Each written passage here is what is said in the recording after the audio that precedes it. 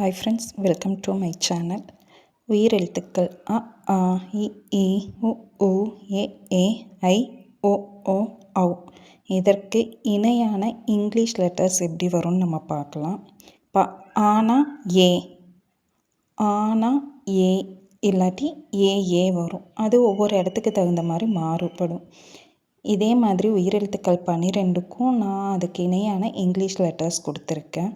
அதை நல்லா நீங்கள் மெமரைஸ் பண்ணிக்கோங்க. அதே மாதிரி மெய்யெழுத்துக்கள் 18யும் நான் இப்போ உங்களுக்கு சொல்கிறேன். மெய்யெழுத்துக்கள் இக்கு, இங்கு, இச்சு, இஞ்சு, இட்டு, இன்னு, இத்து, இந்து, இப்பு, இம்மு, இய்யு, இரு, இல்லு, இவ்வு, இல்லு, இல்லு, இரு, இன்னு. இதற்கு இணையான இங்கிலீஷ் லெட்டர்ஸும் நான் கொடுத்துருக்கேன். இப்போ இக்குனா சி, கே, ஜி, இது மூணில் ஏதாவது வரும். இங்குனா என்ஜி கண்டிப்பாக வரும். இந்த மாதிரி மெய்யெழுத்துக்களுக்கு இணையான இங்கிலீஷ் லெட்டர்ஸும் நான் கொடுத்துருக்கேன்.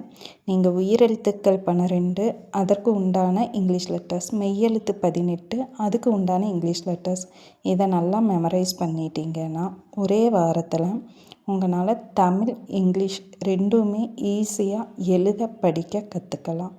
இந்த வீடியோ உங்களுக்கு யூஸ்ஃபுல்லாக இருந்துச்சுன்னா ஒரு லைக் அண்ட் சப்ஸ்கிரைப் பண்ணுங்கள். தேங்க்ஸ் ஃபார் வாட்சிங்.